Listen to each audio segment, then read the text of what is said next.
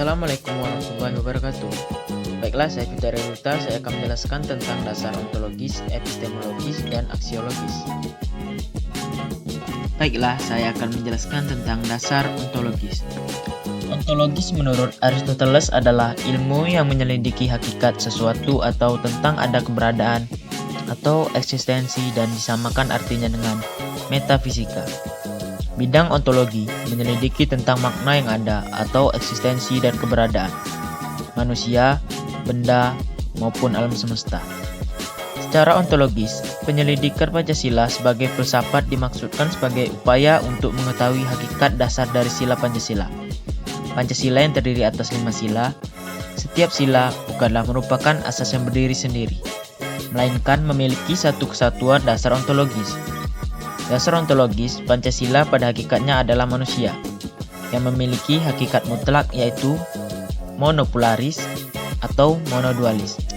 Karena itu juga disebut sebagai dasar antropologis. Subjek pendukung pokok dari sila-sila Pancasila adalah manusia. Hal tersebut dapat dijelaskan bahwa yang berkeutuhan yang Maha Esa, yang berkemanusiaan yang adil dan beradab, yang berpersatuan, yang berkerakyatan yang dipimpin oleh hikmat kebijaksanaan dalam permusyawaratan atau perwakilan, serta yang berkeadilan sosial pada hakikatnya adalah manusia. Sedangkan manusia sebagai pendukung pokok sila-sila Pancasila secara ontologis memiliki hal-hal yang mutlak, yaitu terdiri atas susunan kodrat, raga, dan jiwa, jasmani dan rohani.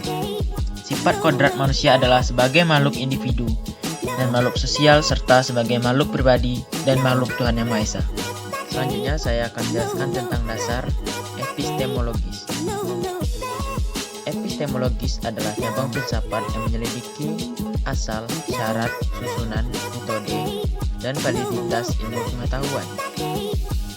Epistemologi meneliti sumber pengetahuan, proses dan syarat terjadinya pengetahuan, batas dan validitas ilmu pengetahuan. Epistemologi adalah ilmu tentang teori terjadinya ilmu atau sense of science. Menurut Titus, terdapat 3 persoalan yang berdasarkan dalam epistemologi, yaitu pertama ada tentang sumber pengetahuan manusia, kedua ada tentang teori kebenaran pengetahuan manusia, ketiga ada tentang watak pengetahuan manusia. Secara epistemologis, kajian Pancasila sebagai filsafat dimaksudkan sebagai upaya untuk mencari hakikat Pancasila sebagai suatu sistem pengetahuan. Pancasila sebagai sistem filsafat pada hakikatnya juga merupakan sistem pengetahuan. Ini berarti Pancasila telah menjadi suatu belief system, sistem cita-cita menjadi suatu ideologi. Oleh karena itu, Pancasila harus memiliki unsur rasionalitas, terutama dalam kedudukannya sebagai sistem pengetahuan. Dasar epistemologis Pancasila ada hakikatnya, tidak dapat dipisahkan dengan dasar ontologisnya. Maka, dasar epistemologis Pancasila sangat berkaitan erat dengan konsep dasarnya tentang hakikat manusia. Selanjutnya, saya akan menjelaskan tentang dasar aksiologis. Sila-sila Pancasila sebagai suatu sistem filsafat memiliki satu kesatuan dasar aksiologis, yaitu nilai yang terkandung dalam Pancasila pada hakikatnya juga merupakan suatu kesatuan aksiologi Pancasila.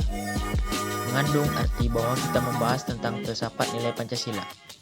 Istilah aksiologi berasal dari kata Yunani axios yang artinya nilai, manfaat, dan logos yang artinya pikiran, ilmu atau teori. Aksiologi adalah teori nilai, yaitu sesuatu yang diinginkan, disukai, atau yang baik. Bidang yang diselidiki adalah hakikat nilai, kriteria nilai, dan kedudukan metafisika suatu nilai. Nilai berasal dari kata Latin valere yang artinya kuat, baik, berharga. Dalam kajian filsafat merujuk pada sesuatu yang sifatnya abstrak yang dapat diartikan sebagai keberhargaan atau kebaikan. Nilai itu sesuatu yang berguna. Nilai juga mengandung harapan akan sesuatu yang diinginkan.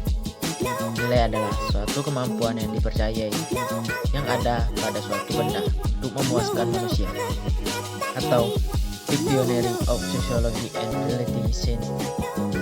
Nilai itu suatu sifat atau kualitas yang melekat pada suatu objek, ada berbagai macam teori tentang nilai. Baiklah, hanya itu yang dapat saya sampaikan. Sekian, terima kasih. Wassalamualaikum warahmatullahi wabarakatuh.